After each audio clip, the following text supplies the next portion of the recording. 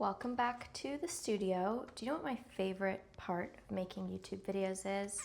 Is that I turn my phone off so no one can text me. It's awesome, I love it. Okay, so anyways, today we're going to be doing a suggestion that I saw in a comment. I can't find it again, so I can't thank the person specifically, but they wanted all different shades of purple, geodes, crystals, things like that. So I've pulled out as many purples as I can find. I'm just showing you all the palettes we're going to use right now, and we're going to cycle through them. This one has a lot of good purples down here and use them for our little crystal party. Now, I'm not going to be using the Xileyw Paris book because I'm going to take this off actually, because the pages have been really bleedy and I'm not that into it. Hold on. All right. I don't know. I'm not really feeling that away today. These are my Lena Beans ones and they're so pigmented. They're so great. Why is my focus being weird today? Sorry. But we're going to use this purple, maybe this one. We'll see if I feel like more. Here we have this. Oh my gosh, the focus. Here, here, here, here. Honestly, that could kind of be a purple. Let's see how we feel as the time progresses. And then of course we have this Kuretake one. Also, this launched on the 12th. It's my edit with Brighter Day Pigments. Brighter Day Pigments is this palette here, and I love them. With the edit, I'll show you what you're gonna get, which is this pouch. With a bunch of postcards with Zen doodles that I drew. Of course, some Cassandras that you can actually mail out. So I just finished one recently using this, this palette. It's going to be a thank you note for my friend who came to visit from Switzerland and brought me some chocolates. Then we have the actual palette itself. It's a mini. It's so cute. And we have the names of the colors in here with a blank swatch chart, so you will swatch it yourself, but this is my handwriting. And we'll for sure use the Orchid Mica for this right now. Also, I've been pronouncing this word wrong. Someone told me how and I've forgotten, so I'm not even gonna say it. Then there's this nice rose clip on the postcards that you can reuse for anything. And then there is a refillable brush. So that's what's happening in there. I'll put the link in my bio. There's a limited edition run, so, and I know we've already sold a bunch today. I'm filming this on launch day. So hopefully there's still some right now, but also get it while you can. So I'm gonna pop these away. Now, we were talking about why we're using this paper. I also often get asked if people can buy prints of the Zen doodles. And, okay, now we're gonna turn the focus actually on, how about that? And I don't really have them available as prints in my book because to photograph them, I'd have to take them out and it just wouldn't really make sense. And so I'm trying to have some more available, or any available, that are on these single sheets of paper, so you can purchase the original piece if you so desire. And I have a feeling this is going to be a really beautiful one, so I want to have it as something that's available while I work out what to do with my Xileyw Paris book as well. So win-win. Okay, we're gonna start by doing the outline of a geode. I love geodes, specifically purple ones. And it can just kind of be any shape. If you're painting along, just make any old random shape, like this. As we talk today, we're also, well, as I talk and you hang out, we're also going to talk about why painting is such a productive form of emotional regulation and like anti-anxiety, because I think just knowing exactly why that is the case sometimes can be so helpful, just like from a knowledge is power perspective. So I'm now going to do the outline of one of those like nicely formed crystals you can buy in a shop. It's kind of like this. I'm kind of thinking of doing all the outlines in this nice deep Kuretake purple, and then filling them in maybe with some shimmery shades, if that is what is required. I'm also hoping not to do any Ryan collaborations today. I want this one to be really crisp. That is Parmesan. No Parmesan collabs either, Missy. So I imagine this would kind of turn into a larger crystal piece down here. Maybe like this. And I'm kind of just going to make these up. You can pull from your actual crystal collection if you have one. You can pull from the internet. Lots of options. Okay, then I think let's do kind of like a very smooth, nice stone.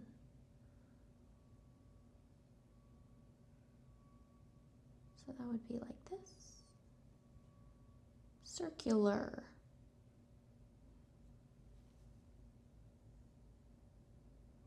I actually want to have plenty of space between them too, so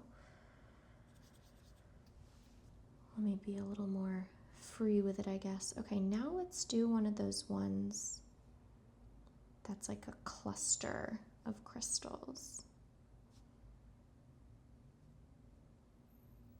Kind of like they're all sticking out of this one piece. So here, I really like this color as a outline, because I usually outline in black, but sometimes that can be a little harsh. I think this is all going to tie in together very nicely. So yeah, kind of just making up how the bottom would look. Then let's say that connects there. The good thing about doing a painting like this, where yes, we're drawing crystals, but we're not drawing specific crystals, we're drawing the idea of crystals, is it doesn't really have to look exactly like a crystal. Like this old rock, it's just a round shape. Like it really doesn't matter so much. There's not much pressure on how things are going to look. I have to have a sip of my tea. My favorite afternoon mug. All right, then you know those kind of like beds of crystal almost, where there's loads of spiky bits sticking up? That's what we're doing right here, so just gonna kind of make up how it looks. I'm trying to decide if I should draw inside these. Oh, this looks like a smiley face with two eyes. Draw the lines of how these will be inside too, or just kind of have them as the outlines. I'm not so sure. This for sure isn't going to have any lines because it's a smooth rock, but this geode would, you know. Let's do another geode while we are here. This time,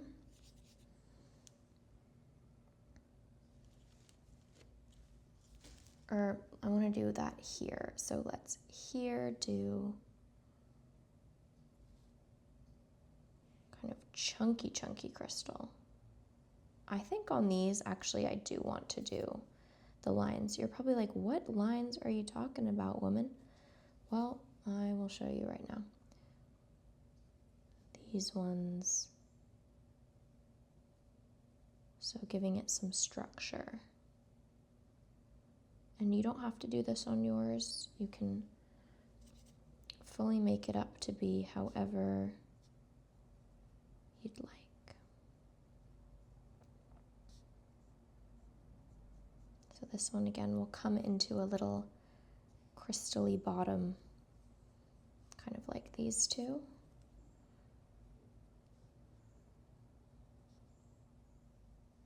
We're going to divide it up into sections. Okay, and then these lines will come down.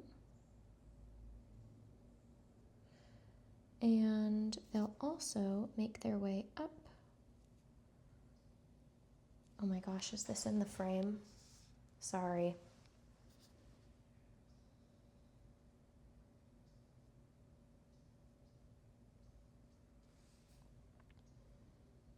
I want to straighten that out. Now that makes me want to do the same for these ones here. So the geode, we're going to have to turn the paper to get to that.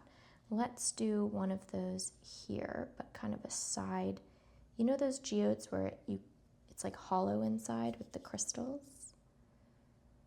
It's kind of what I'm going for here. So I'm going to draw the full rock outside.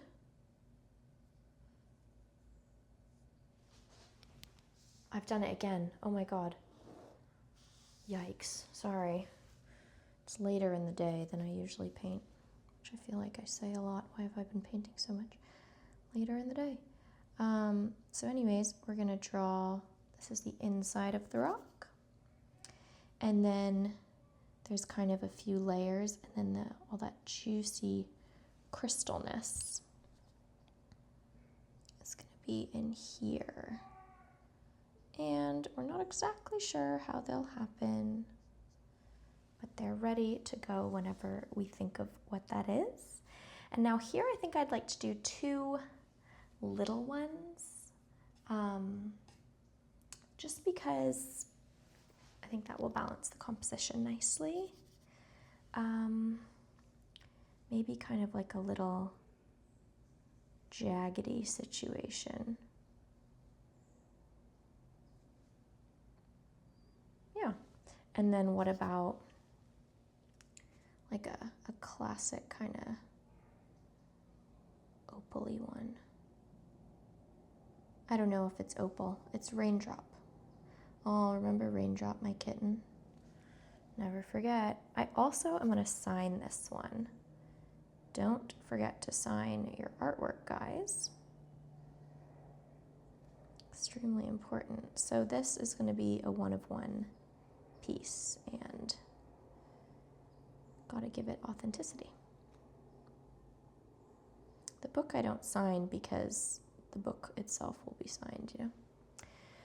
That is my signature / logo, and if that was out of the frame, I'm going to cry. It was not. Okay. So this I'm envisioning as being kind of round. This one, not so much. So I kind of want to do like an inner layer, like a raised area. You'll see what I mean in a second. Hopefully, if my idea conveys well onto paper, which doesn't always.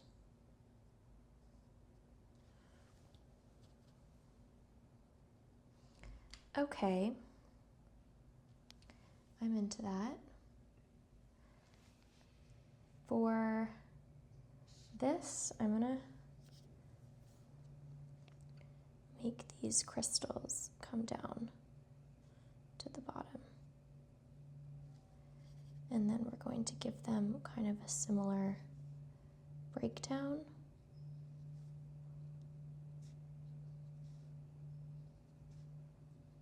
Like this. How would this one look? That, I think I'll just do that. And actually same here.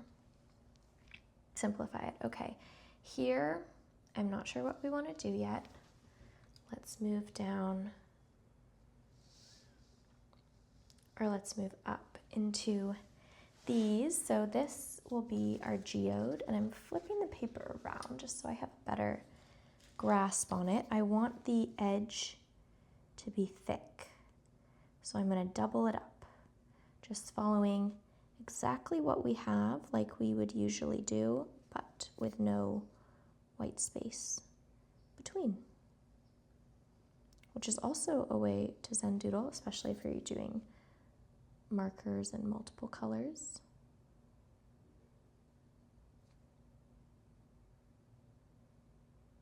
Okay, and then do we want it to have like a hole in the middle? I don't think so. Actually, that would be like a slice of that. Oh, this is technically kind of like a slice of that, isn't it? You don't know what I'm looking at because it's out of the frame. This one. Flipping back around. Let's tackle each of these guys one by one. So, how is this going to look? This is going to be kind of similar to that bottom one over there. So I'm going to give these bottom bits a structure.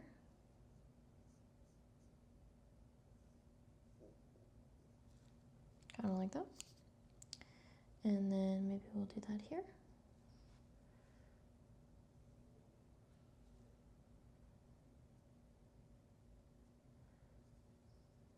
Like this. And then I'm going to kind of just do a diagonal background one right there. And then this guy, I'm going to go like that, divide it not symmetrically, connect, and then imagine where this would go down to, which is about here.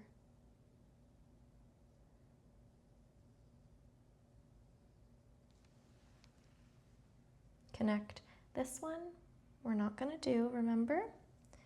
Because that's going to be a soft, smooth, lovely stone. This looks like a thing of fries. So, how do we want to do this? I think this is going to be an interesting little one to fill in.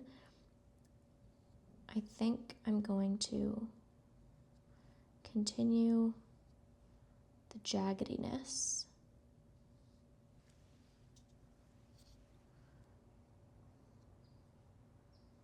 And then the underneath is kind of like the rock outside, the rock skin. Definitely not what it's called.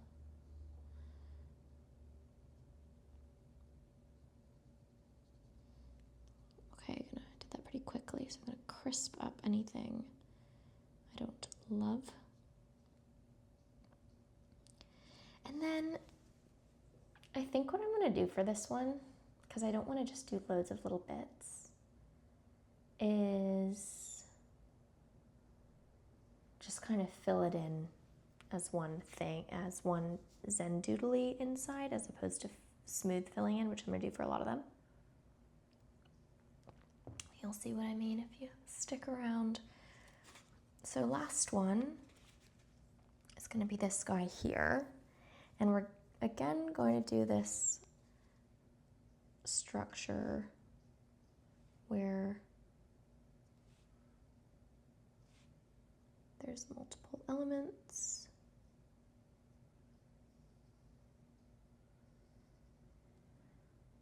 So like this.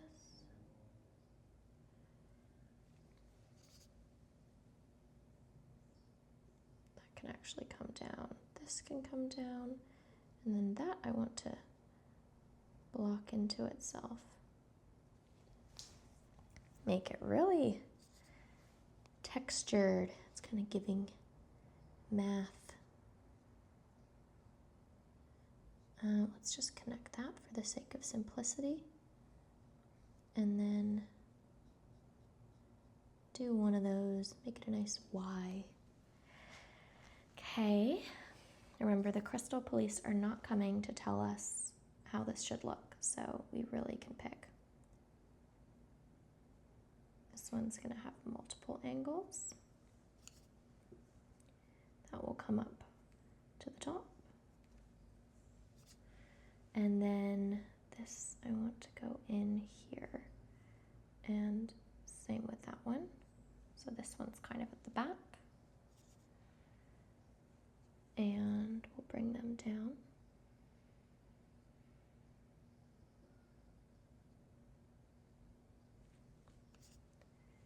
One on this one.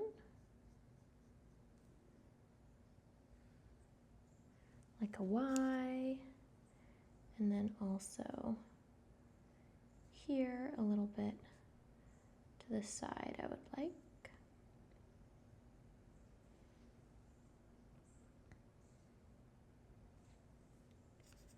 I think we'll connect these two. Okay, so let's look at this from above. This is all of our crystals, and actually let's go ahead with this outer shade and doodle this one while we're here so that they're all quote unquote done. And while we're doing that, I'm gonna start to tell you about why painting is such good emotional regulation, or drawing, or just kind of like getting out of your head with a physical activity. Can I do that in focus actually? It's kind of gonna not emotionally regulate me so much to be focusing on that, but that's okay because today my intention is to tell you about it, so I can paint like that any other old day. So most importantly is that the brain when you're painting shifts from thinking to sensing. So especially with a Zen doodle or something like this, especially with like coloring in, it's not about trying to make something look like something else. Now that we've finished the outlines of the crystals and we're just going in and doing the filling in bit, my lines right now, I'm thinking about getting them to follow the lines we had before and kind of be crisp and clean in our Zen doodle. But aside from that, I'm not trying to make it perfect or look like anyone in particular. Like if we were doing a portrait or something of that nature. So what this does is engages the right hemisphere of the brain. And that's the part involved with intuition. Another reason I thought it might be nice to do crystals, and kind of like visual processing, how you see things, spatial awareness, all that kind of like brainy stuff that's not necessarily classic academic thinking as we typically think of it. The left hemisphere, so this side, I am really bad at my left and right. I always have to do that. Makes an L, left. Is responsible for like the more analytical and verbal, oh hey Parmesan, side of things. And that's mostly where our anxiety lies. If you watched my watermelon video, you know that verbal things are really responsible for a lot of anxiety. So like inner chatter and conversations you have with yourself that like, what if this happens? Or she said this and blah, blah, like that's all verbal stuff. So activating the right side instead of that chatty analytical left side gives the left side a chance to just slow down and be quiet and not have to be so active. Parmesan, I'm making a YouTube video. And so there isn't that same rumination we have. And it's just like, it's kind of like, you know, after you've exercised and then you cool down and you just kind of stop for a second and like heavy breathe and stretch and you can really actually feel your body slowing down.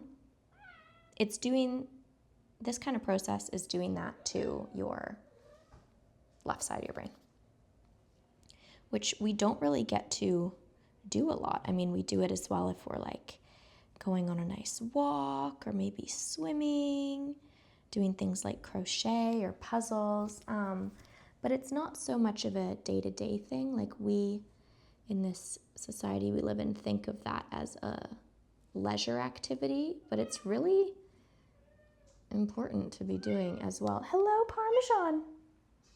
Yeah, you can sit up here, but you cannot touch my painting today. Meow, meow, meow, meow. So I'm really liking how this little space is shrinking that we're working on. I kind of feel like I'm on autopilot as I'm doing it. Like I'm not trying to think, oh, this line needs to look like this. Oops, we've had a kiss. It's more, I'm just kind of naturally following what's happening. Like the path is already dictated for me by the previous line, so I just don't have to think about it. So it's just kind of a shift inside your brain is the starting point of it all. So like moving away from words and moving into colors and shapes and meows, if your name is Parmesan, just interrupts those spirals of thinking. Kind of, look what I've done. I should have waited for it to dry a bit, but I don't really want to do that, so it's just kind of how it's going to be, isn't it? Get this bit done. After this, I have about, well, I'll see what time I finish this, but maybe 30 to 40 minutes. And then I need to start getting ready because Alexis and Kitty are coming over for dinner. And I need to start prepping our dinner. And I also want to give the house a bit of a vacuum. And I've reordered my all-time favorite candle. Reordered because it's like a wintry scent, and I haven't had it all summer, so I just got a new one and it's arrived today, so I want to go pick that up and light it. It is the Rewind candle from Pinot Noir. No, sorry. It's the Pinot Noir candle from Rewind, and I think it just smells so seductive and cozy. I love it. So I'm now going to use the very tip of my brush to basically draw in what this shape would be, because it's a little tight for my brush to go at full send is all I can think to say, and that's not what I want to say, but you know what I mean?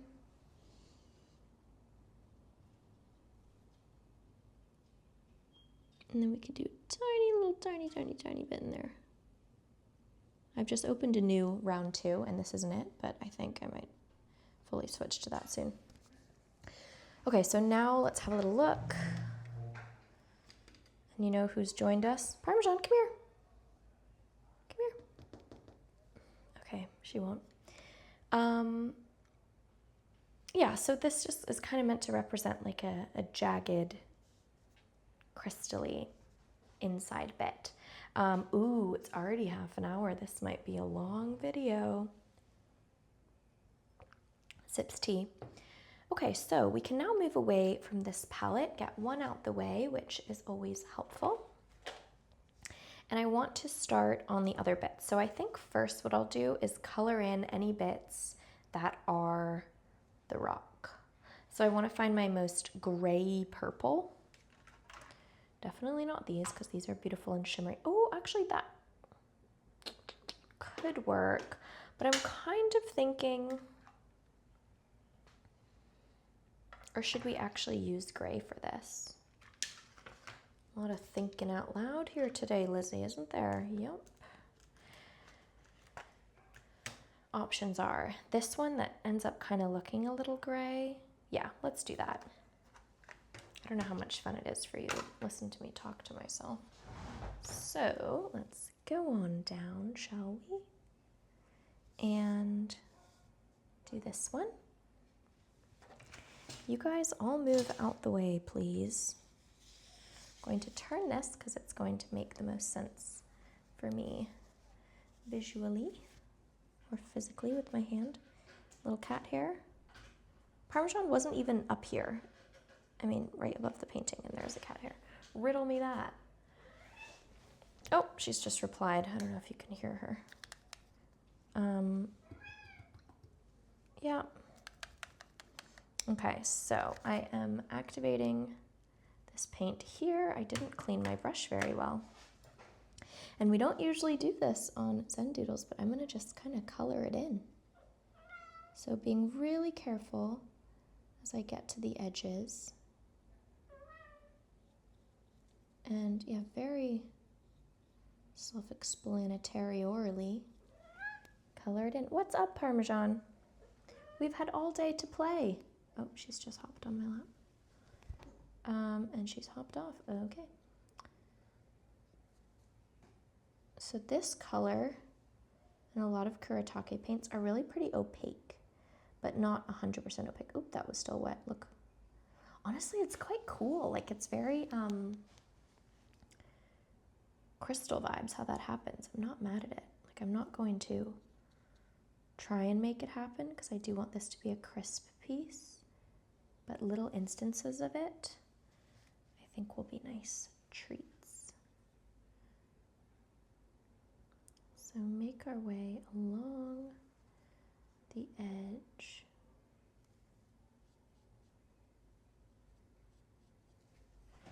And then we're going Parmesan. We're going to use the very tip to paint in this little bit. Okay, happy with that. Sip tea. And then we're going to move around because this is also outside rock. So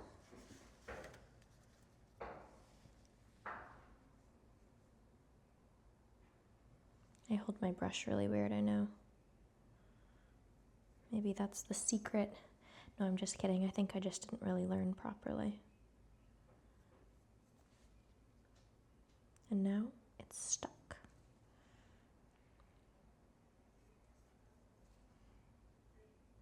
Maybe we should do more Zen Doodles where they're filled in like this, because this is kind of fun. I don't know about for you. But for me, for sure. So go around this side. Go around this side. Then there's a little sliver, so I'm just going to get up close there. Smooth that out, and then take my very, very tip, gently paint up into the corner of that one. Okay. Now while that dries, we're going to put this palette to the side in the I've used this palette up pile, and we're going to move along up to this one. Hello, Parmesan. And then I have this really cool Under the Sea palette from KMS Watercolors.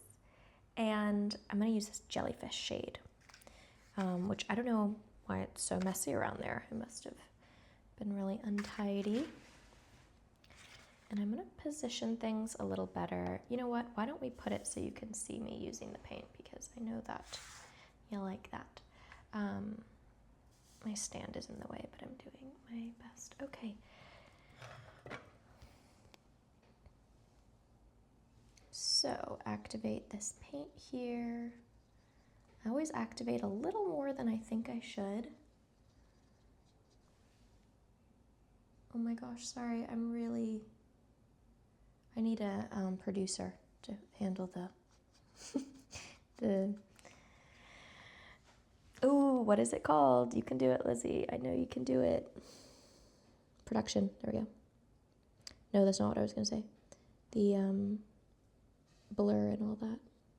Focus, whoa, okay. Speaking of focus, wow, great segue. Look at that, universe, thank you. Is it because I'm making crystals? The next reason that drawing is so great for emotional regulation, look at this. Parmesan, you can sit here, but you gotta stay still.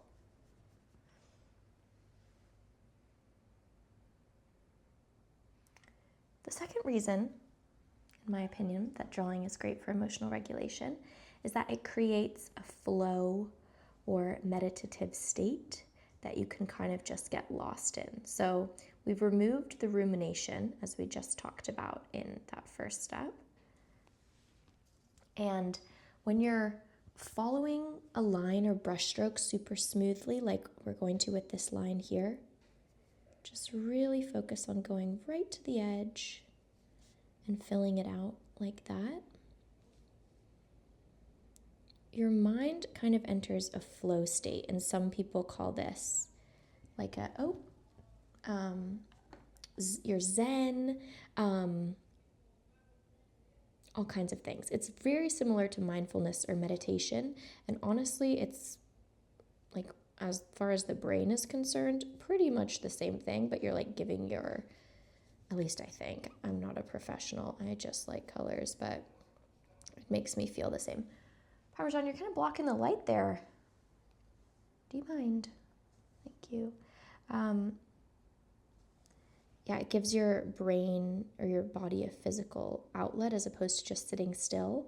I know a lot of people are turned off from meditation because it means sitting still, and they just don't really like that. And so here, there's still a massive element of stillness. Like, I'm going to be sat for a few hours, and your piece can take you as long or as short as you'd like. It doesn't have to be that way. Whoa. Oh, please tell me the focus is focusing. Look at that. Oh, that's so cool.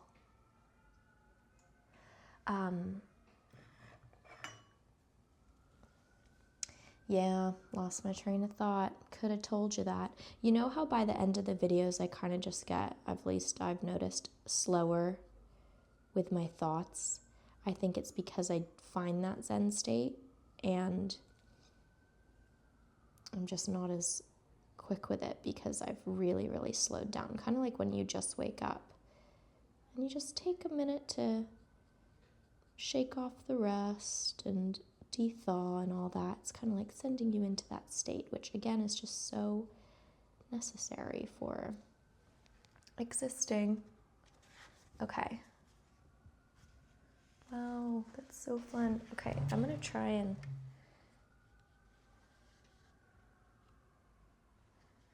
love that. I think I want to give this another layer.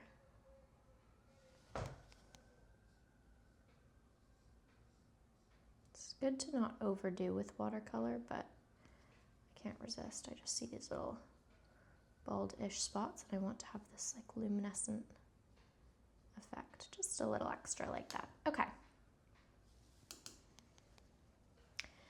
Now, let's find another shimmery shade and do, or maybe we should do this one because it's right there. I think I'm going to use my Charvin palette. And clearly I like this purple because it's the most used. I haven't even used some of these, yikes. And this is going to be hard with a, you know what, I'm going to use my number 5 for this. So just a few sizes bigger because I want this one to be shaded. So I'm going to activate my little paint.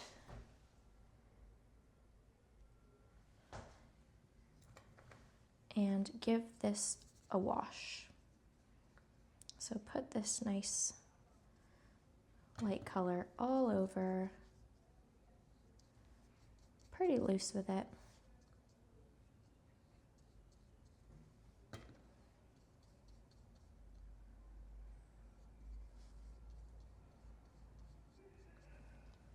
Then we're going to let that dry before we go in and shadow it.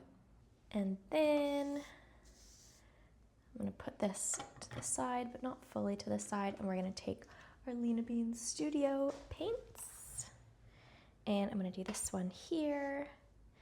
And I'm going to do this shade, which is crocus. Lovely flower, the crocus. All right, I'm going to, this might be stupid, but I think put it right there. Let's try and get really close for this one because there's lots of nice bits. We can see the sharpness of the brush and all of that. Oh, I don't want my number 5. That's far too thick for this activity. We're going to move back to our number 2. And I'm just going to get into my little puddle I've made myself. I love when there's a puddle. And then I kind of like to deposit the excess paint. So you might see me always doing a little bit down on the page first, a low risk area like the center. And then once I know how much exactly is on my brush, I can paint around the rest. But when you first go down after you've got the paint, it can sometimes be more than you'd expected. So that is the reason for that happening there. I'm gonna try, might not really work because this is a pearlescent paint, but have this side darker, this middle chunk medium, and then on the right it lighter. So I'm gonna tap into my water to dilute what I have left and see how it's just lighter. Gonna try and keep that up throughout this, but I don't know, I've never actually tried that, so no promises. Okay, so when you're in flow state, as I'm kind of creeping into now, and also I think you can find it just by watching, I'm pretty sure. I mean, psychologists weigh in. But I feel like I can imagine that. Why it's so fun is that your sense of time fades, and time is such pressure on a lot of us. At least I know so many times in the day I check my time and I'm like, oh my God, it's already 11 or whatever it is. And there's just so much kind of pressure and anxiety associated with time. And in your flow state, it's just not a priority in the brain, because we're focusing so hard on getting into all these little spaces. I think it's just not as important. And you know, when you're a kid and you're just playing, and then your parent or your guardian is like, oh, time for dinner. And you don't really need to worry about organizing your schedule. And it was just so liberating. I think as adults, we search for that feeling a lot, and that I think you can find in flow state. As that's all happening, I noticed that my inner critic just kind of quiets a little, because, like, what are you gonna say? Oh, your line isn't so straight. My critic actually never tells me that, because I don't really care. But I know that a lot of you guys have that, where your not straight lines upset you, and it really so does not matter. I mean, I validate that it upsets you, but don't let it, if you can, because whatever. We all have different skill sets, and for some reason mine is drawing straight lines, but if that's not yours, there's no need to compare. I'm sure there are so many things you can do that I would be not very good at, so take some, leave some. But what was I saying? Yeah, so the inner critic is, I don't know, there's just not as much for it to say. Like, go have a little nap, critic. I'm doing my little lines in my colors. So it's just like, again, a little oasis from all that chatter. And I think why that happens too is your nervous system really calms by doing flow state activities. And so there just isn't as much like energy or brain power for those bits that kind of fall away. Like when you get frostbite and your body loses your fingers and toes and most extremity-ish, I don't know what the word is, bits first. That's kind of like what's happening now. Like, we don't have much energy. Do we need the inner chatter? No. Goodbye. Our heart rate and our cortisol levels are dropping and all those good things because we're trying to narrow our focus to fill in all the lines. It's gonna go in the maybe pile again. And so we're gonna turn this about. Yeah, with focus on the present moment, the rest just doesn't really get a chance to play. Look how nice this color is. What's up, Parmesan? We're now going to move into a very exciting shimmery shade from the Artist's Loft Shimmery Pearlescent palette, which, if you came to Doodle and Purr, you got one of these, not the pearlescent ones, but also we're having another Doodle and Purr I don't know if I can say when it is yet, but I will soon. In December, early December in LA, at the One Hotel. My favorite. Okay, anyways, I often get asked for supplies that are affordable. Parmesan, what are you doing? For example, my edit with Brighter Day is $45, and I know that feels like a lot for a little palette, but the paints are extremely high quality and handmade. Like Nancy literally makes each one herself.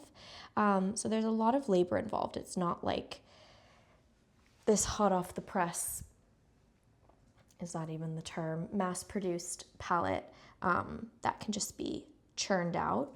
And like I always get comments, how is your paint so opaque? Because it is this handmade stuff, so it's just more expensive to produce, like there's more labor.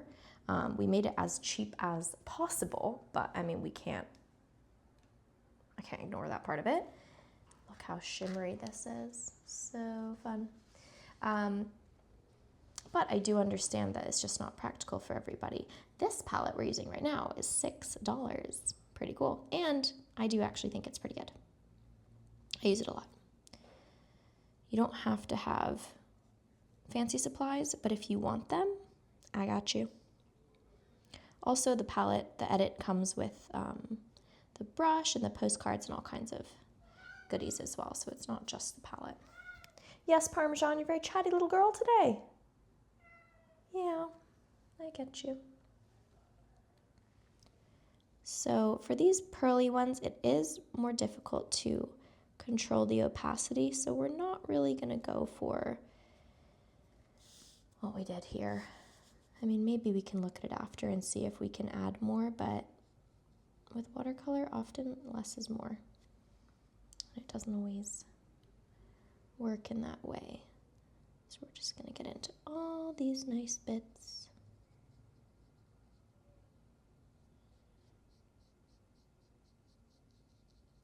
Also, I found with this paper, you can hear the brush strokes more, not if I'm talking though.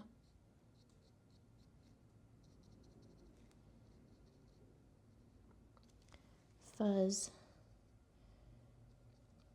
If we find a good day where there isn't construction, would you want an all brush strokes doodle video? Because I know people ask for that a lot, but then when I do it, I get a lot of comments saying, I miss your voice. So I don't really know what to do. Guess I may as well try it one day again. But yeah, let me know what you'd think. So now these bits are really little, so I'm going to use the point and the tip for pretty much all bits. Hey, Parmesan. We got cat meowing, we got fire truck. Busy day over here in West Hollywood. We have my coughing neighbor. Great percussion. Percussion, percussion, percussion. Oh my God, I don't know. I've totally forgotten. I haven't used that word in a really long time.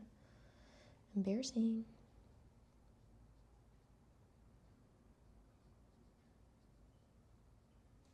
Okay.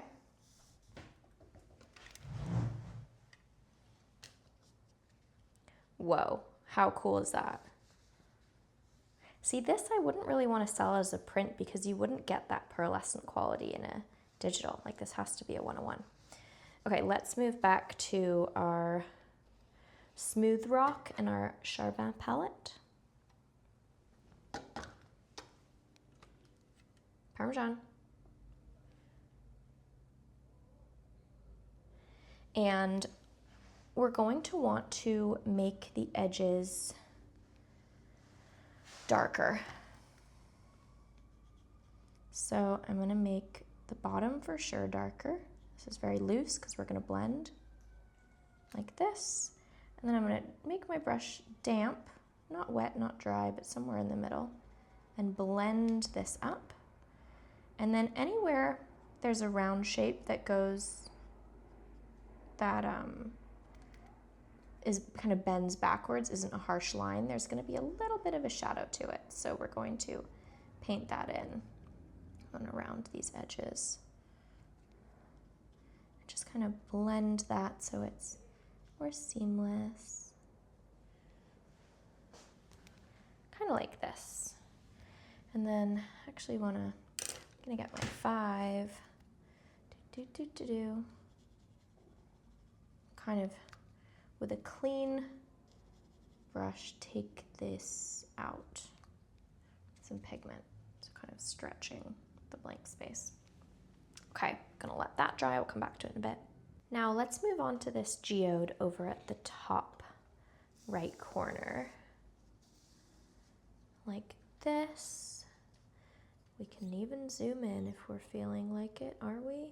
Yeah, cool. So what I want to do is, I think maybe we'll Zen doodle this too.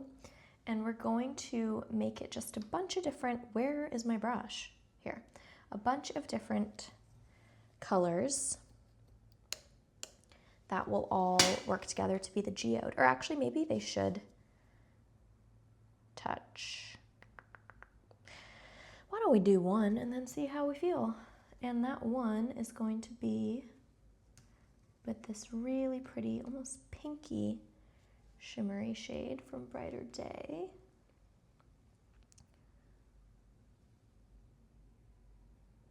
So I'm going to press my brush pretty flat to get a kind of wide surface area. And I can go back and edit as needed, but make a nice thick stripe.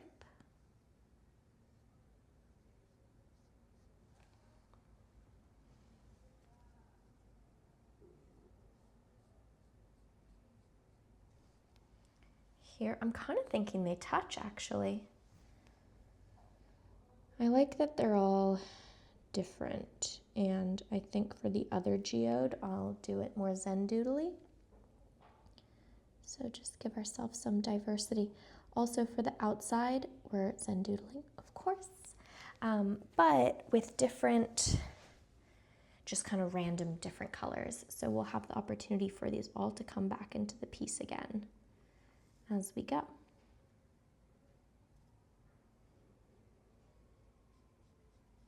Parmesan's sitting at the edge of the table watching me very patiently in a little loaf position. It's great Parmesan. Oh, but we can't go in order because they'll bleed. So what I'm going to do is leave an imaginary gap for how I think this one's going to go. And I'm going to do the next one.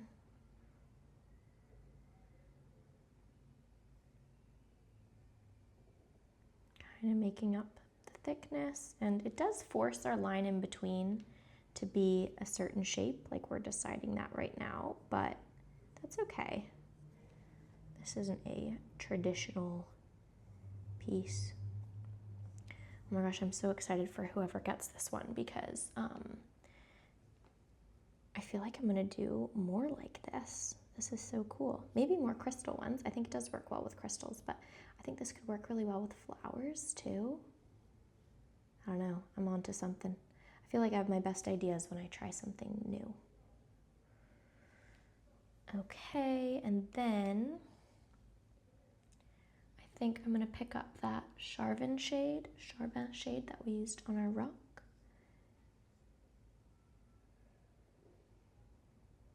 And make another layer.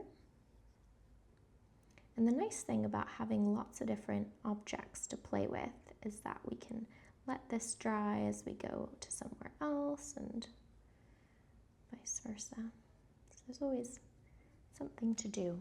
And then that in the center, I think I'm going to make one color and then go on top of it with a little dot in the middle if needed. All right, so let's move down our paper. Wow, I'm not over that. That's so cool. To our little gem. This I want to be really shiny. Oh, I should have done like a bald spot here for highlight. Totally didn't think about that. Oh well, we can go in after with colored pencil maybe. But I'm gonna leave the white of the paper here. What color do we want this to be? I really like this shade I am mixing right now. It's like a nice light pinky purple. This is from my Xileyw palette, the discontinued one, which upsets me every single day still. I don't think I'll ever be over that. And we're gonna play around with opacity in this one too. So these ones are gonna be pretty dark. And then I'm gonna get a lot more water on my brush and less paint, which means a lighter color, and fill in 2 more. Let's say here and here.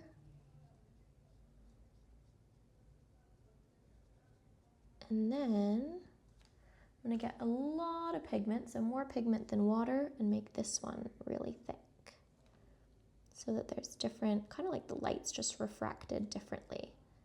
And that is going to tell the eye that this bends in different ways. Now I'm gonna get my lightest shade and fill in most of this middle section, minus our bald patch for highlight, to show that it's a gem. Like that for now, let it dry. Or actually, maybe even while it's wet, we go in.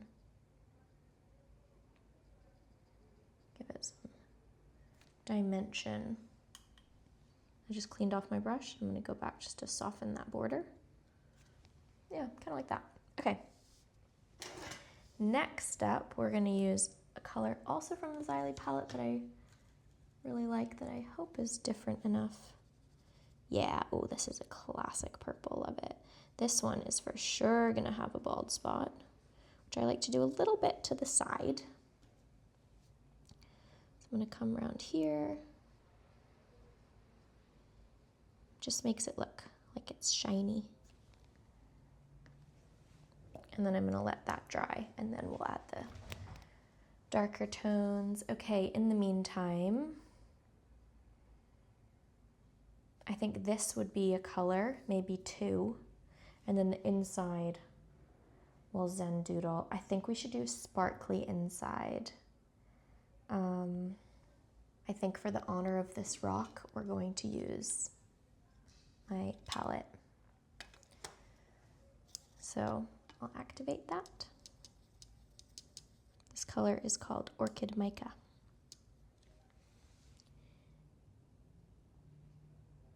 And it's so shimmery. I'll tilt the page after and show you. We're gonna trace around. I love that like right now we don't see it so much, and then at the right angle it's like, whoa, I'm here. Like, I don't know if it's a color I'd use so often, but I'd use it to mark special things. I love it. So, try and show you. Oh, what am I doing? Oh, Lizzie. I'm just gonna blend that out. It's all good. Anyway. Oh, look at that. That is tantalizing.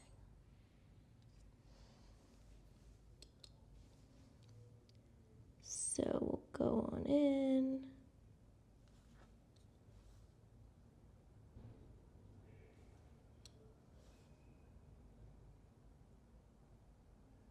And around. I'm trying to think what to do for the outside stone bit. Yeah, so that would be the geode part. So why don't we do what we did for the other geode? Okay. Sorted.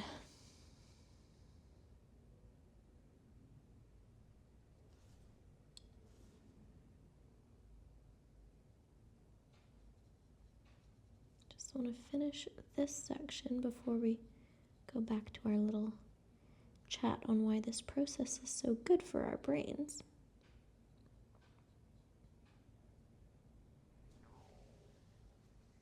Cool. Actually, I think I'd like to crisp that guy. Okay. Now this is pretty dry. So before we move too far along, I'm going to go into the color I was using and add some to the base to show that it's heavy and the side. And then just a tiny bit on this side.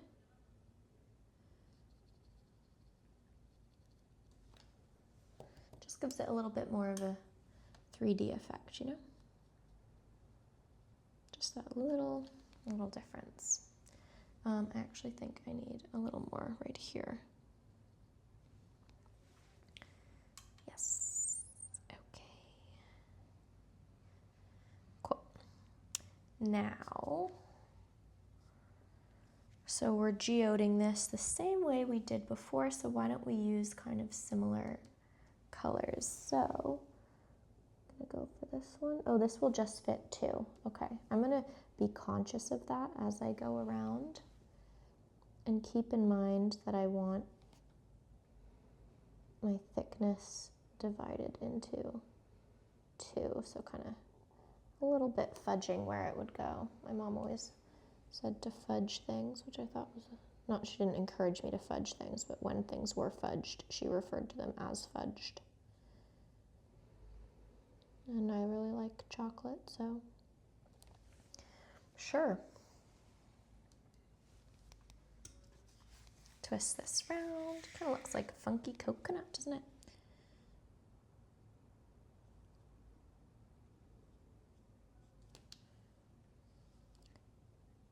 And we're gonna move down. So some bits will be thicker than others, just because this shape is thicker in some areas than others. This interior geode bit. Get in there.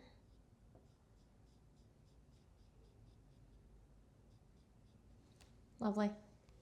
Maybe actually go like that and mimic that bit there. Yeah. Okay, while that dries, we'll move up again to the top of our piece and we can go ahead. Is that dry? Dry enough. I think I'm going to use my Brighter Day Edit Purple and go in on this interior. Ooh. Wow. I love that.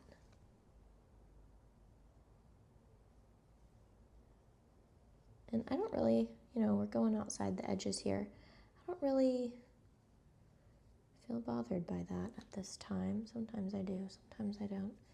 Maybe it's just because I'm having so much fun, I don't really care. Okay, now I think maybe I'm going to take, oh, that's still wet. Oh, but maybe we can get another fun little bleedy bit like that. We're just gonna do it. This is yet another Brighter Day shade, but not from my palette. Oh, got a lot there. Okay, I'm just gonna maximize our time. Just do the edge, edge, edge, then move inward.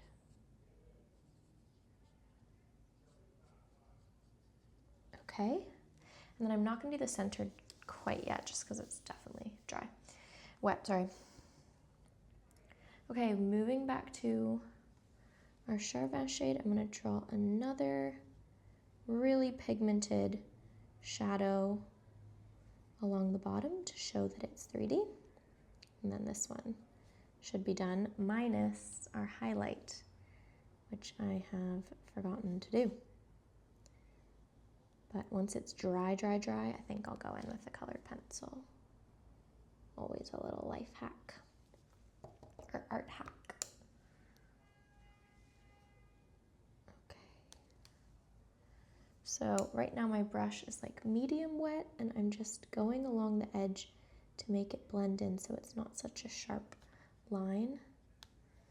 I do want it to be smooth because it's meant to be one of those smooth rocks, but kind of like a natural feeling. Does that make sense?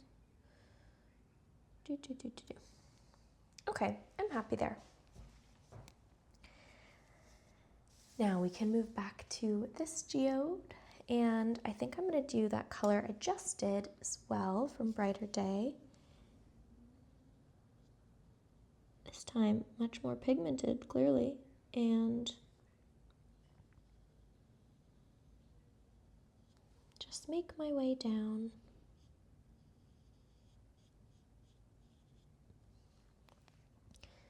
Now I want to sing, making my way downtown. Oh, that was wet, that's why it went in there. But that's fine. Just keep going. Oops, sorry.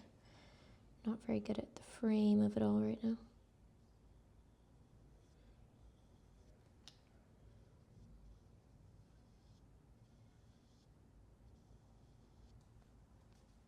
Okay. I'm just gonna fudge that one. Nobody's gonna know. Sweet. So now we just have our middle center bit, which I actually think I just like to make one dark shade. And actually, maybe the Kuretake.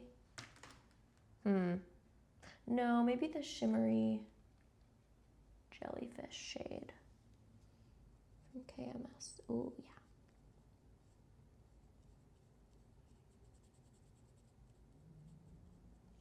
Perfect. Now, here are all our crystals from above. I'm loving it. I think we're gonna go around each shape individually for this one, and I wanna start with this color here because I think it'll just, because it's so light, give them a bit of breathing space before the rest of the Zen doodling begins. So I'm gonna start over here and then we'll flip the page and work on it that way. Yeah, that's my plan of action. Okay, so I'm gonna move all the things I'd like to use over here. I'm not washing my pigment because I don't really, my water, I don't really care. It's all purple, isn't it? All right, so activate, activate, activate. Is my focus turned on? This is in the way. It is. Okay, let's start here.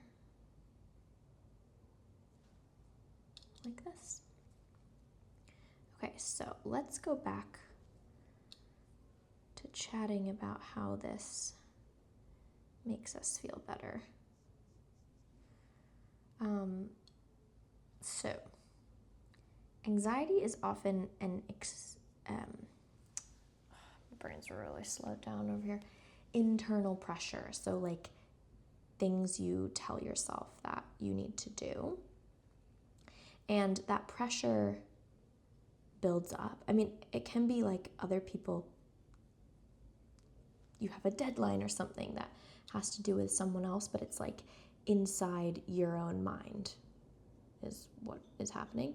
And so all this energy is building up and kind of becoming like static and like in a computer. And there's nowhere for those feelings to go. That's why exercising actually helps so much, because you're moving your body and giving yourself a place for those emotions and feelings to go and not build up and just release. Painting and like using color and form and all these different things we've talked about gives a place for the anxiety to go. So like, even though I'm not necessarily painting anxiety, like these crystals don't make me feel anxious at all, just the act of so much hand movement and the colors and all that stuff just like gives a different focus, which is extremely beneficial. Look at this cool pattern we have in there. So moving the anxiety from my brain down into my hand, down into the paintbrush, onto the paper, through color, where you can see it, where we can interact with it, we can manipulate it and play with it. We're ultimately making peace with it. Like, I'm choosing to move around my little pearl drop rock over here Do, do, do. So nice. Oh my God, if my face has been going in the frame as I've been doing that, I'm gonna cry. Because nobody wants to see that. Anyways, it's super similar to like an anti-anxiety yoga, but kind of less of the body is involved. But it's the exact same thing. And if you paint intuitively, which is like anything that's kind of abstract, or Zen doodles, honestly, really too, like where you're letting colors and marks reflect your current state and like the weather almost up in your mind, as opposed to aiming for perfection. That's why I always say don't worry about perfection. Or like if I'm painting Parmesan, I want it to look exactly like her. I could paint Parmesan and make it just like a orange blob that's running around, and honestly that would look like her too. You know, there's loads of ways it can go. But if you're not trying to convey a very realistic thing, it's just really peaceful for your mind and very helpful, I find. So we're going to go around this, and then after we do this layer of this nice orchid mica, I'm gonna do the thing where I flip the paper around so we can see the shimmer. In the sunlight, it's so pretty. Like all of these are gonna be so pretty. It's a cloudy little day in LA right now, and it's also the late afternoon, so the sun is not quite hitting the same way it does in the morning. I think we're meant to have a bit of a stormy weekend, is word on the street. So if you are watching this in California or near LA or just anywhere where there's a bit of a stormy weekend, I hope that you're either painting along or fully using it to rest and are really comfortable and making the most of it. So I'm going to connect from this side, come around. Hello, Parmesan. Wow, something about the purple and the shimmer and the crystal shapes. Hey, Parmesan. We're painting over here. Has to investigate. Something about it is very soothing to me. If no one buys this one, I think I'm going to put it up in my bedroom. Makes me feel calm. So, get in there. The other nice thing about a process like this is it's very multifaceted in that it's giving us calm, this kind of flow state and peace and change of pace and creativity, but at the same time, which is kind of like a freedom, right? But then at the same time, it's giving us control because we have like the agency to make decisions on what things should look like next. Let's move closer, shall we?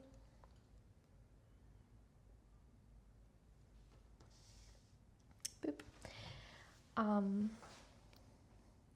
So we're like creatively surrendering and also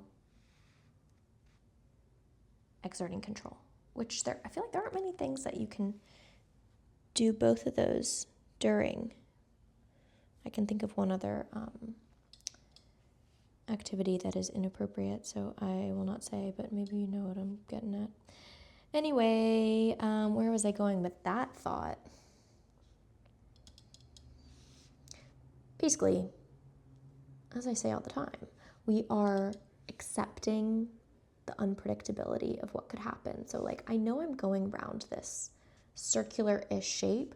I don't know exactly where the points and things are going to happen, but wherever they do, we're going with that. Like, that's just how the painting is.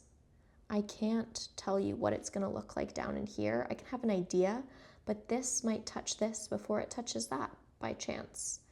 And then it totally transforms what I thought it might have been. So because we can't predict in that way, like slash plan ahead, it's just kind of freeing. And it teaches the body, very importantly, to tolerate uncertainty. And anxiety is an intolerance to uncertainty because you just can't bear like not knowing what's going to happen, not being in control of the situation. I say you plural, like trust me, I'm a very anxious person too, although I'm really doing much better, if you're wondering. So it's like, even though it's just, that's all happening on the paper, it's kind of training our bodies to be more chill, which is great, because if our bodies and minds are more chill, we are less easy to anger, which I think is a great thing. So yeah, we're controlling our tools. I chose to use this number 2 brush, my all-time favorite brush. I'm choosing to use this insanely beautiful pearlescent lilac-y color from my new palette, which I'm so happy for, and I just hope that you guys like it so much if you get one. By the way, I go live on Mondays on TikTok at 6 p.m. PST for the most part, and not this coming Monday, like in a few days, but on the 24th, I'm going to go live exclusively using this palette, and I want you to use yours. We're kind of going to do like a paint along if you have one. And if you don't have one, you can totally just join it. Even if you have one and want to watch, that's totally fine, but just saying that's what's going to happen. All right, let's have a look at how, ooh, look at that shimmer. It's gonna look even cooler when there's darker colors near it. Just you wait. But I wanna do like a soft taper off into the darker colors. I don't wanna ombre the whole thing, but I do wanna do one more gentle one and then move into the darker. And I'm kind of thinking this brighter day shade, which actually it kind of looks pinkish when I use it. Well, and these look pinkish too, so let's just do that.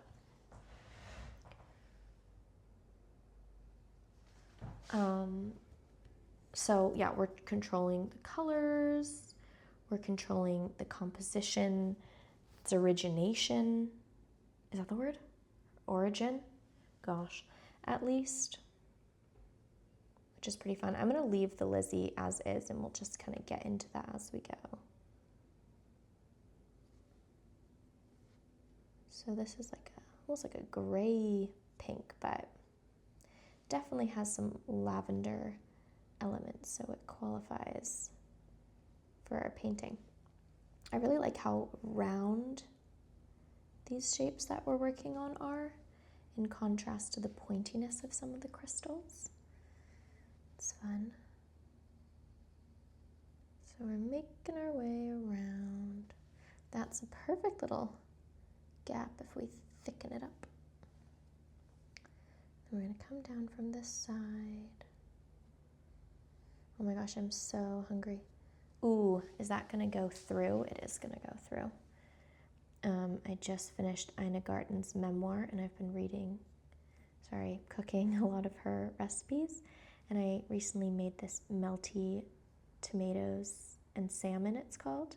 And it was so good, and so that's what I'm making for Kitty and Alexis for dinner. And also her sweet potato puree, which is divine.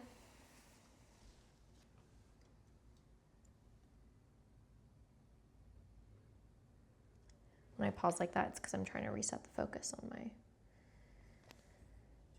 thing over here. Okay. On my laptop. What do you guys do when it gets dark at 5 p.m. or even earlier and it feels like the day is over and you just want to go to bed, but you can't because then you'd wake up at 2 a.m.? Because I like to do a puzzle Like, I watch TV sometimes, but I don't want to do that every day. I just find if I have a computer day, I don't want to watch TV after because I just feel like it's too much. Like, I don't know, it just makes my brain feel weird. But if I have a painting day, then I'm like, yeah, I'm getting on the couch and watching TV, best believe it. So I've been doing puzzles, but I'm realizing I like puzzles better when it's bright outside and I can like have natural light on it. So I'm trying to think of, and there's of course reading. But again, I don't always want to read for like 3 hours at a time. There's cooking, great option. Ooh, we're not going to be able to get round this one because it's going to double, so we're going to leave that for now. We're going to leave any that would double. We're going to do our little bowl of fries, Crystal. Any recommendations you have? I think I want to do more collaging.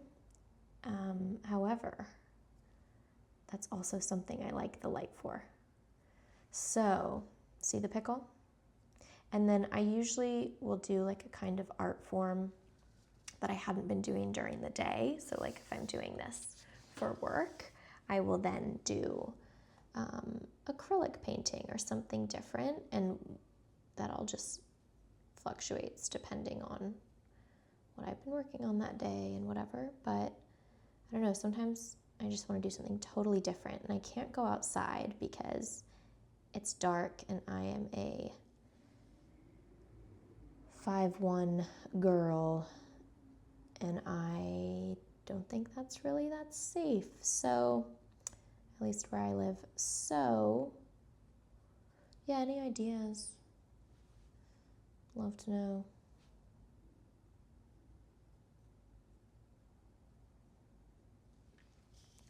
In the meantime, I'm gonna move along to this crystal right here. I have a friend named Crystal, and she just gave me a really nice haircut. But it's Crystal with a K. Okay, so I think I can go around one of these. Maybe this one and this one, and then leave that to be the separate color. Okay. Another thing that drawing or painting as emotional regulation does for us is that it rewards presence, not performance. And do you remember my favorite phrase, being present can be just as powerful as being productive? Like, if you haven't noticed from this video, we really, really need these moments of like turning off. Otherwise, we completely are in overdrive, like a computer with too much static that just crashes. I'm really anti the whole finding it so cool to work all the time movement. Not that it's really a movement, but you know, people are like, oh my gosh, I just worked for so many hours. Like, that's not a flex, bro. Go touch grass. And I think this is something that really makes you present, just depending on what, not depending on what you're doing, but depending on if you like it, but also like going outside, same feeling, exercising. I have a friend who rides horses, great one. What else do my friends do? I have a friend who goes to the beach all the time to watch sunset, great one. Whatever works best for you. Dare I say this might be my favorite one? Like this whole, can I say that? I think so. That's crazy. Anyways, all these things I'm kind of listing. Unlike, well, for the most part, unlike what we do all day work-wise, again, for the most part, we're not being demanded to be productive, and we're not comparing. Like, no one will ever create the same exact scent doodle. They're like snowflakes all different, and that is what's cool about them. Like your personality comes through. And so that's just such a difference from what we have to deal with during the day. Like painting and drawing like this invites imperfection, which is just such a rare thing and so lovely, I think. Okay, it's time for another color, and I want to do a non-shiny color, and I think I'm going to use this Brighter Day shade right here, which is ultramarine violet, and I just got paint all over my little finger. So let's go around the ones that we didn't get to outline yet. So like this. Boom, boom, boom, boom. Okay, so for something like this, we're rewarded simply for showing up and like exploring and trying something new and just like getting out of our heads. And the reward looks like our brains clearing out and feeling better. Oh, little tiny error over here. Gonna go, that was my hand that got into that. There we go. And it's nice to be rewarded in another way. I mean, it's nice to be rewarded financially. It's nice to be recognized by your team or your friends or family for doing something awesome. But sometimes you just need that internal reward and recognizing, I think. Because that builds your self-compassion. It's like self-nurturing, which I think is a great thing. But what do I know? Just some random girl on the internet. I keep referring to myself as a girl. I'm 30. But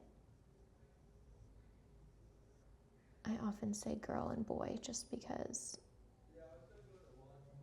I don't know, reminds me of high school. High school was fun. Bit weird.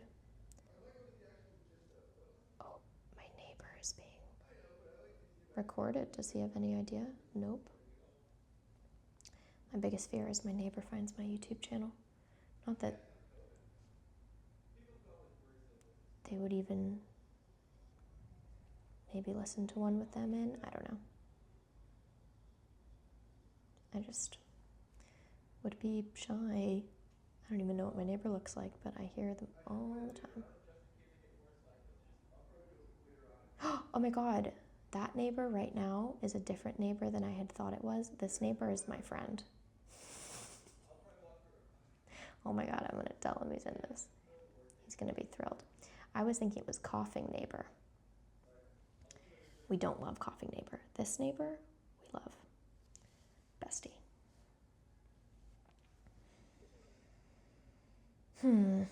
So also the more you do these, the more you kind of build trust with yourself and your own creative like cadence. And that's a nice feeling, to have trust with yourself.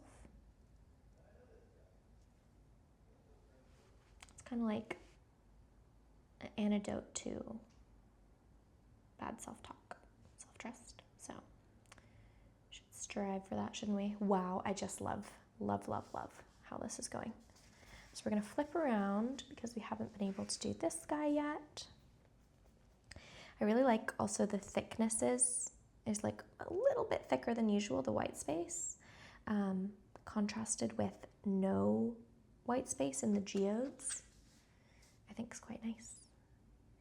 So, okay, let's have a look.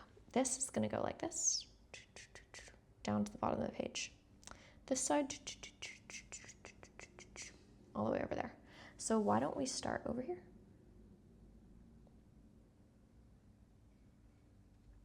Right over that little smudge from before.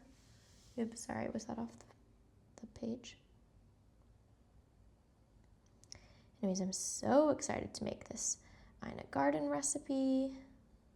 And usually, oh, well, that's one thing, is hanging out with friends is a great after work when it's dark activity thing to do. And the best part of tonight is I don't have to leave my house to do that. Isn't that brilliant? My friends were like, let's have dinner. And I was like, do you guys want to come over? I'll cook. Don't have to leave. Can keep wearing my cozy clothes. And they said, yeah. So I said, excellent. Come over at 7. Can't wait. And I like cooking for other people because sometimes cooking by yourself, for yourself, is just too many ingredients to be doing that. It's too much.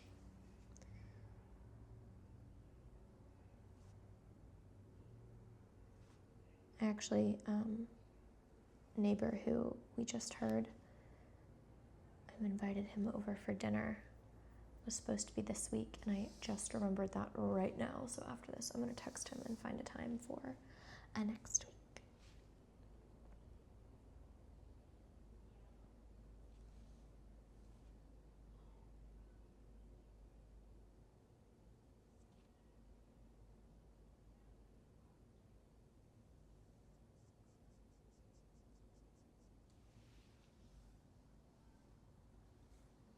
I like this purple. It's quite like a cold, bluey shade.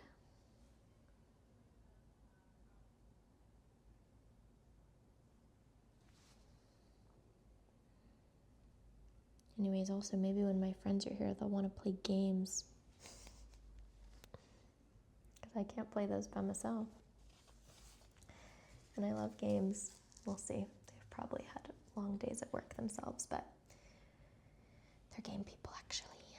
We've been, recently when we go to one of my friends' houses, we've been playing categories, and it's so fun. I love that game.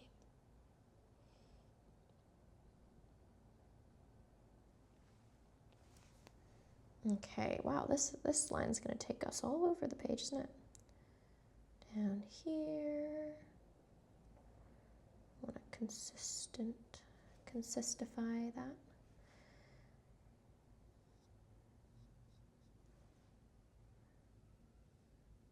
And back up along here. Now I need to get in like this.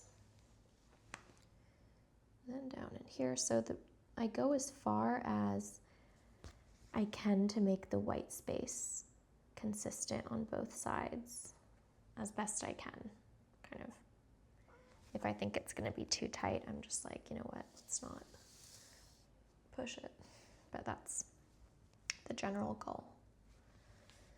Okay, then I'm going to hold my wrist instead of resting because it's wet right there. I'm just going to get the gist of where I'm going, and then I can move my arm back over here to do this bit because that feels best for me.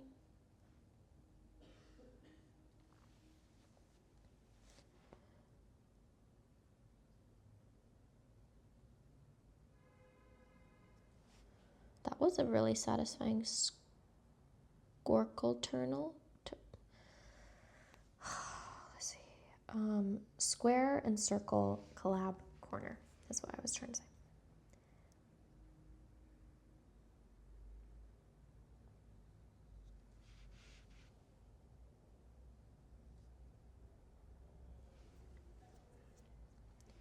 I'm going to come up from this side.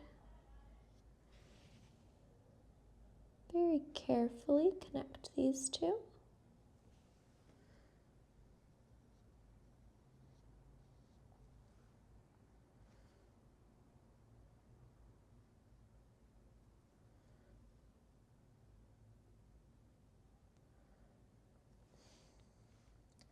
And then this is going to come around from here. I like to start at a corner bit because it's a natural stopping point anyway, so I think it makes things look cleaner. And then we're going to go here. And then sometimes I like if we had more space, this would go all the way around. I like to change colors, but I think I'm going to actually do the same color on that side of these as well. Just feeling like it's nice to try new things. It's one of my favorite phrases. Got a lot of favorite phrases though. So let's tackle this bit.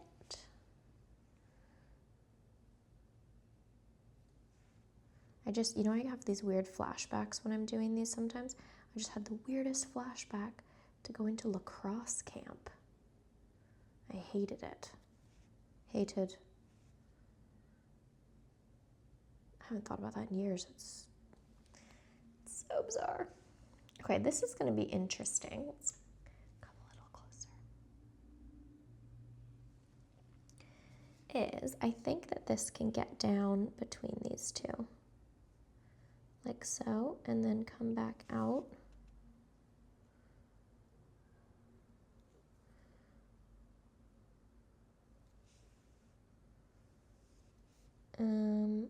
This would be a section.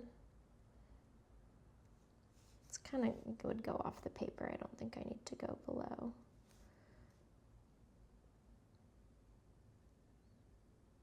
Like this, and then in here I could do a little bit. Little triangle, and in here, another little triangle.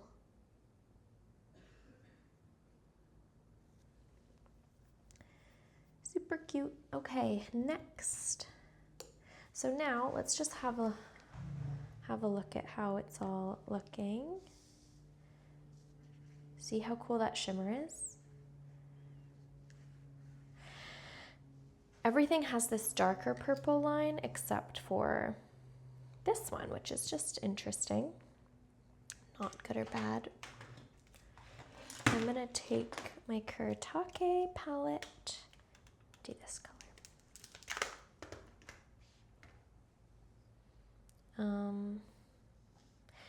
And then let's take a little moment to see where this line would go.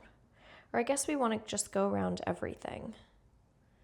Yeah, so with this line, it's really going to shrink the negative spaces that we have left. So let's go ahead and do that. We can do this one maybe with the entire bird's eye view. And then we'll go in closer for the next little bits. How does that feel? It's not all going to fit. I'll try and remember to shift when I get to the top.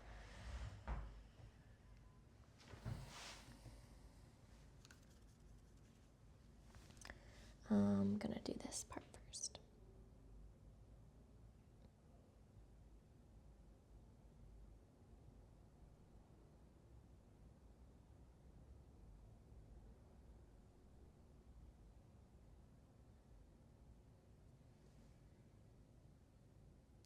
So it's a little skinnier over there. Otherwise, love how that happened. But I'm going to clean it up.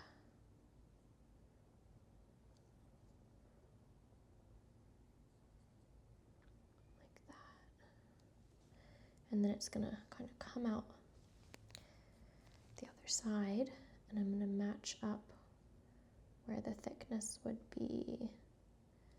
Yeah, kind of like how we did for the edge of the Lizzie there too. Okay, then this would come down this side. Now this line we're not going to be able to totally do in order because it goes all over the page, so we don't need to worry about that. With these, there's a lot of acceptance involved. Like if I know something's not going to happen, I'm not going to try because it won't work and then I'll just be upset. So what?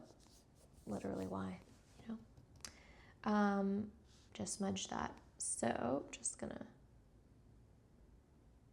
thicken it up.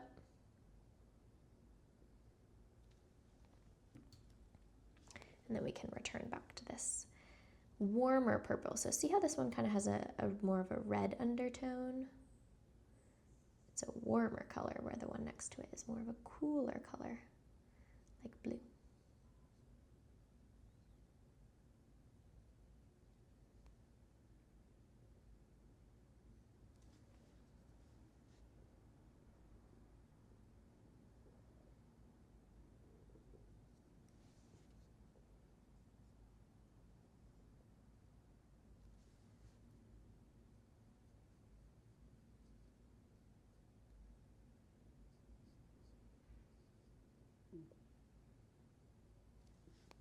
Okay, so then this line has kind of gone in here, done its thing.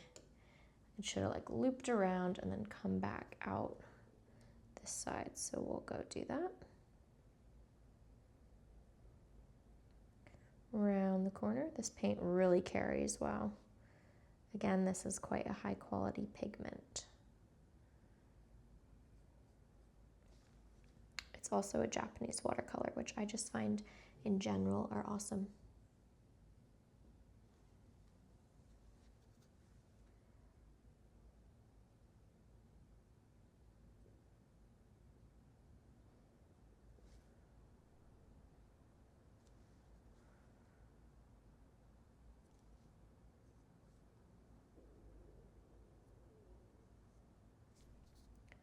There we go. And then unfortunately I didn't get that little dribble in this line, but it's okay, it can just be a freckle. Okay, then before this totally dries up, I'm gonna take it around just so it doesn't like get chalky blocky, or what's it called, blocky. Parmesan's about to jump, there we go. Oh, little fuzz. So I'm gonna then pick this up here and wave our way around this negative space.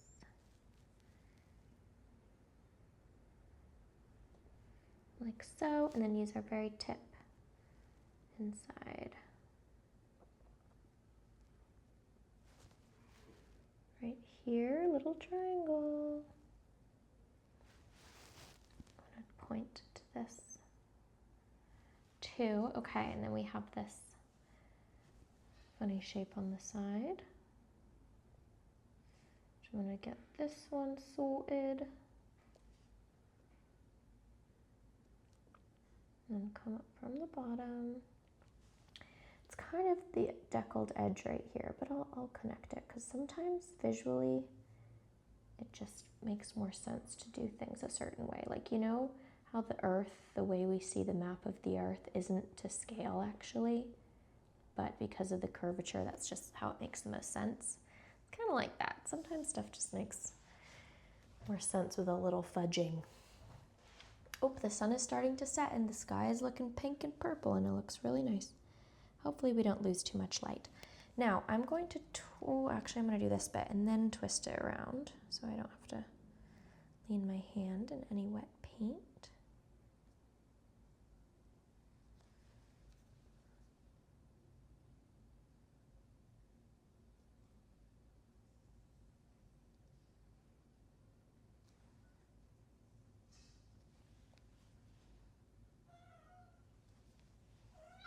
Hey, Parmesan. And then aside from those first shapes we did, we can totally have freedom with like how we move the page around. That's why I love Zen Doodles so much. We can make it work for us as opposed to having to fit ourselves in this box of, whoa, what is that? A certain shape.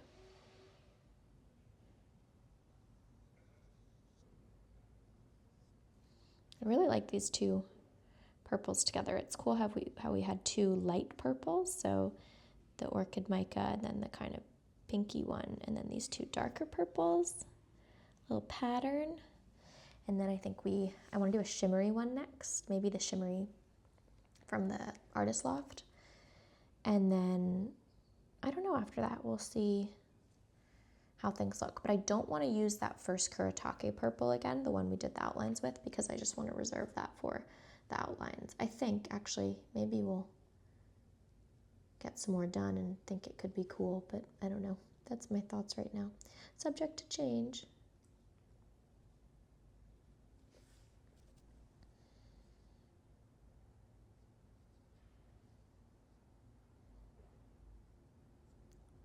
Little flailing of our brush there. This looks bumpy, so I'm going to go over it again. Like that.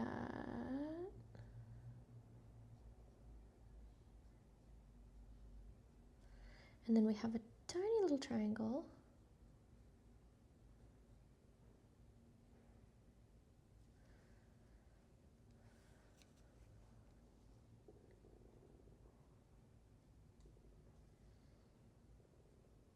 This is going to be interesting. I wonder what's going to happen with this crispy edge bit, because there's so many little jagged lines. Like, are the jaggeds going to grow? Are they going to become softer as they go? I don't know. Can't stop thinking about my dinner though, I know that.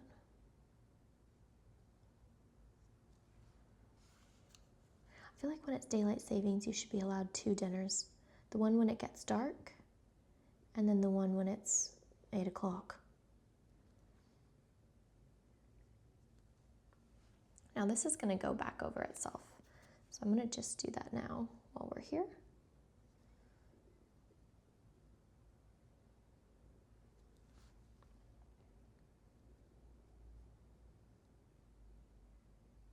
This looks like a little eyes of a frog peeking out over its mouth.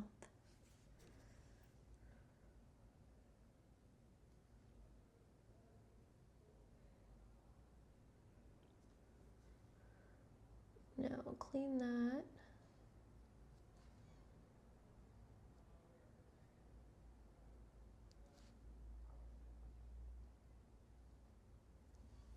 Go around there, and then let's finish out this shape. Something about this piece is just so crisp to me.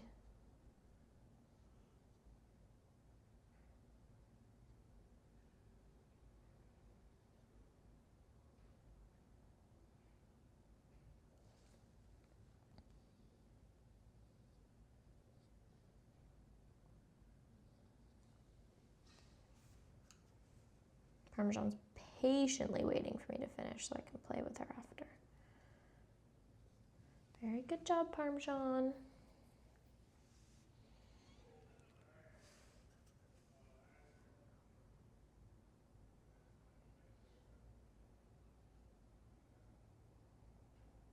This next to the shimmery color is gonna look. Oh my God, are we in frame? Yeah. Load, okay. So do this triangle.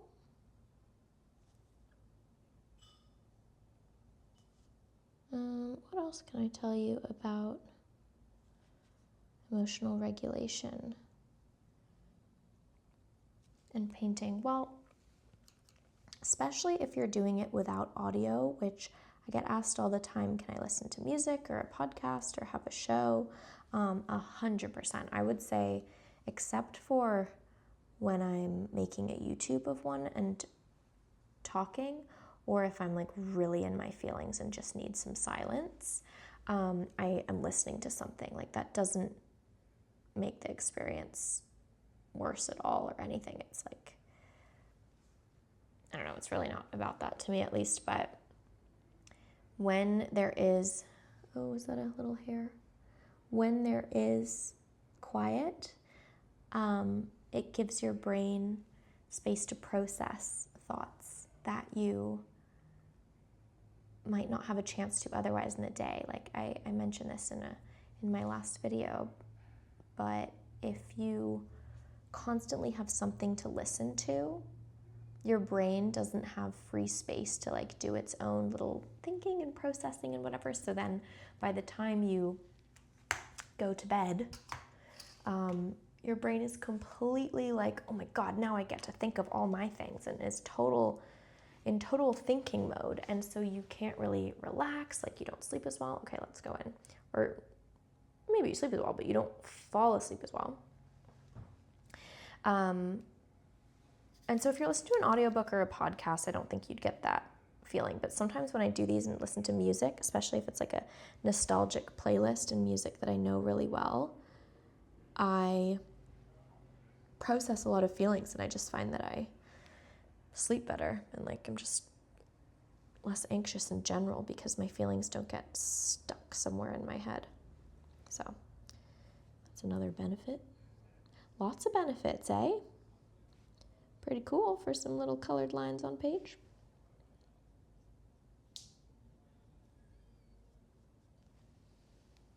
Wow, this is a cool shimmer, and the orchid one is a little more of a warm shimmer. I'm into both shimmers. Okay, then this is going to probably close out this triangle shape.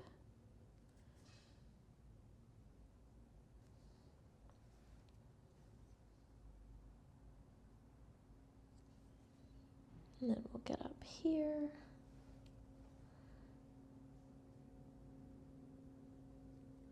You know what is so annoying to me? No one asked.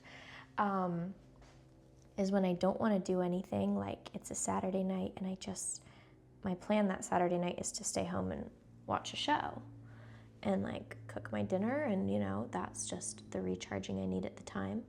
And then someone's like, what are you doing on Saturday? And I say, nothing, just chilling at home. And they're like, oh, do you want to come to this event or party or whatever? No, I'm doing nothing. That's the thing that I'm doing. They're like, oh, come on, don't be boring. Boring?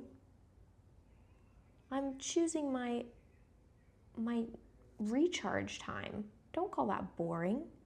Maybe it's boring for you, but if it's boring for you to recharge and be alone with your thoughts, I don't know if you're somebody I'm really on the same wavelength with in life, you know? It happened to me recently. I was just like, yeah, I'm certainly not going now. I really need my recharge time. I've been looking forward to it all week. Thank you so much. Okay. I'm gonna move to this side of the painting, like this, and then we'll go down to here, and then we're going to flip.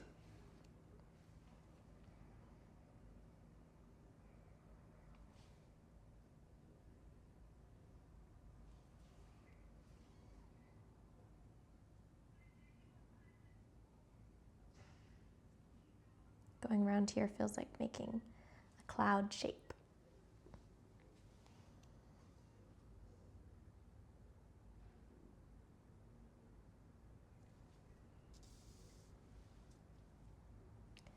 Then this little side corner, just gonna mostly close it out.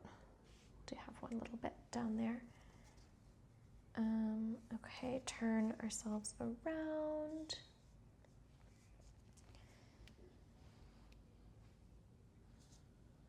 And I have a lot of paint on my brush, too much for that little bit.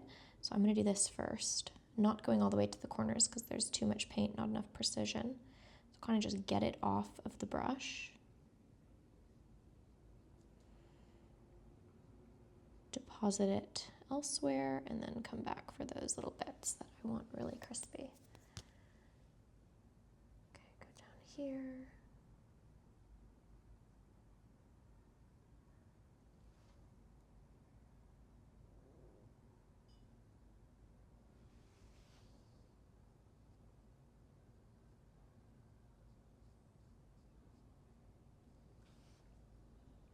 Wow, really like this little triangle.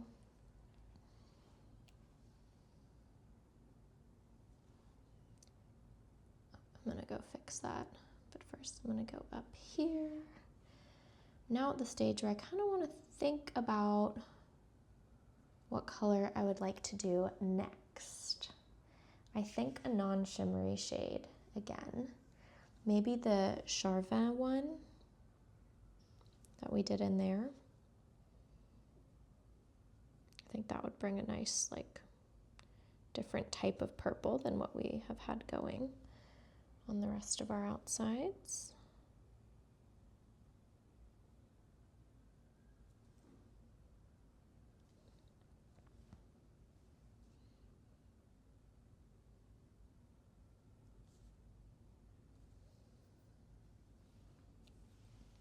Oh my God, sorry.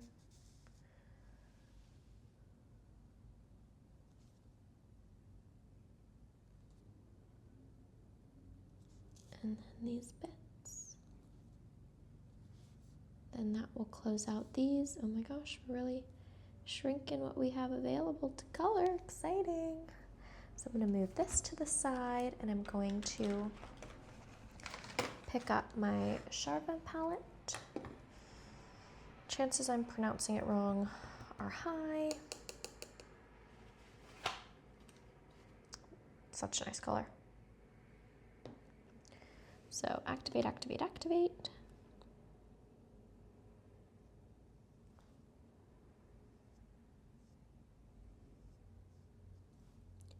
Yeah, I think I don't want to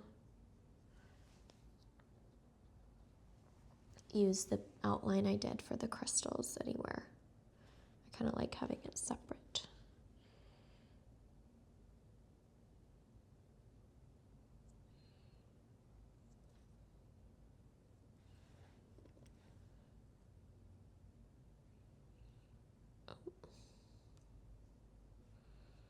Get up in there. I think also after this I'd like to do something on the dark side. In there. Then we have this tiny little bit in the center, little triangle. And then I'll get this side while I'm here. It's like a semi-Cassandra. Whoa, we haven't seen Cassandras in a while, have we? I haven't been doing many round shapes. Note to self, do more round shapes. Miss that girl. And we flip. And then we will just continue. So let's go up here.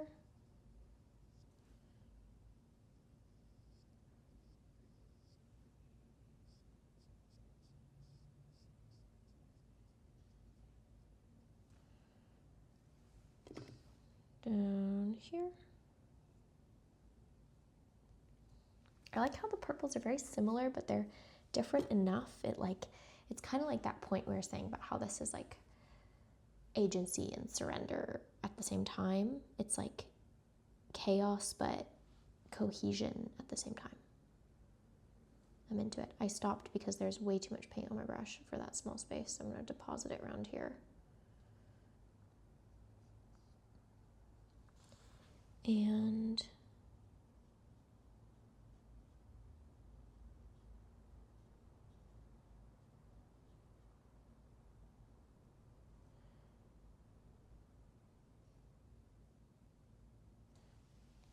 like that, and then we have these two bits.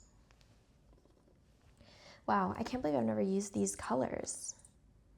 They look really tantalizing. I have this shade so many times, yellow ochre, but like that, what does that look like? And that? Might see those soon.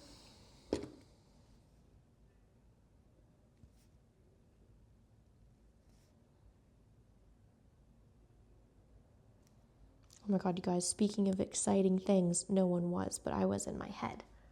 Bella Hadid reposted my reel on Instagram and liked it. How cool.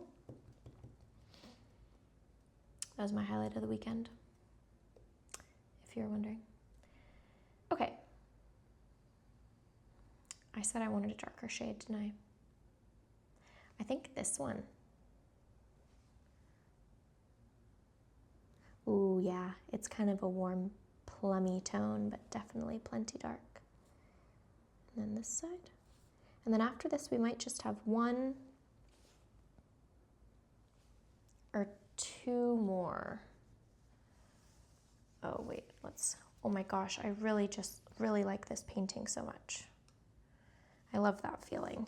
And I don't have that all the time, by the way. Like, typically I like what I make because it makes me think of how I felt when I was making it, which is for the most part positive. Otherwise, I just stop or I change the piece.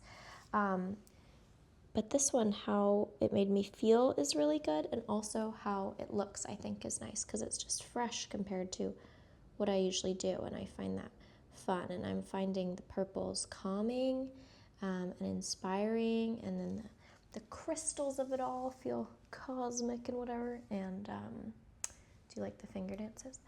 And so I'm into it. So we just, yeah, I think we'll have space for two shades.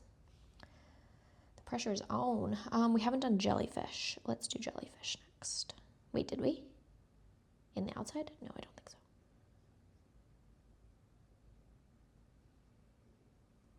And after this, I have my salmon. About to be lit. Okay, so jellyfish.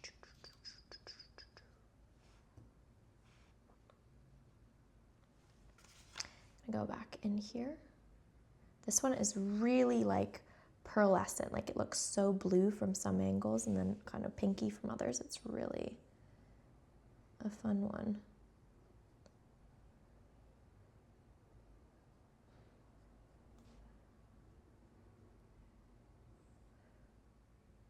Do.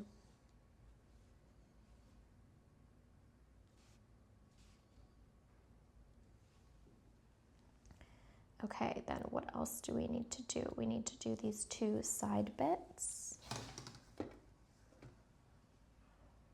Here and here, that kind of look like little ears of a Parmesan. If she was purple, which she wishes. No, I actually think she quite likes being orange.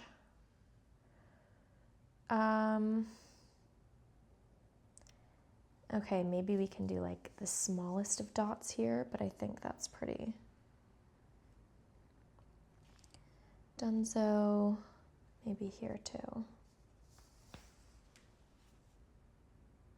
So then we just need one more shade. I think something on the pinky side, like this. Not enough pigment there.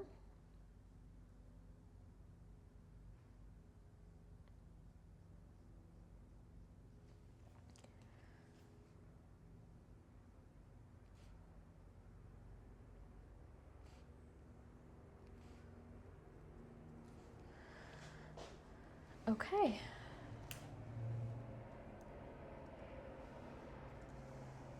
There we go. There are our crystals using lots of different purples. Get a close look. Whoa, look at that shimmer. That's crazy. So I'm going to list this on Finders Keepers, which is the part of my website where I have pieces for sale that are like not necessarily full-on pieces. And I try and keep them as affordable as possible. And it's 101, so once it sells, it's gone. So if it's you that gets it, you rock and are very lucky, and I'll write your name on the back. And if not, I'm gonna be making plenty more, so I'll link that down below. All right, well, I had a great time. I don't know about you. Parmesan, we can do a Parmesan check in a moment, but I think she did as well. Love this purple. I'm gonna go make my salmon, and I hope you have an amazing rest of your day, and I'll see you later. And don't forget to subscribe, please. Thank you so much.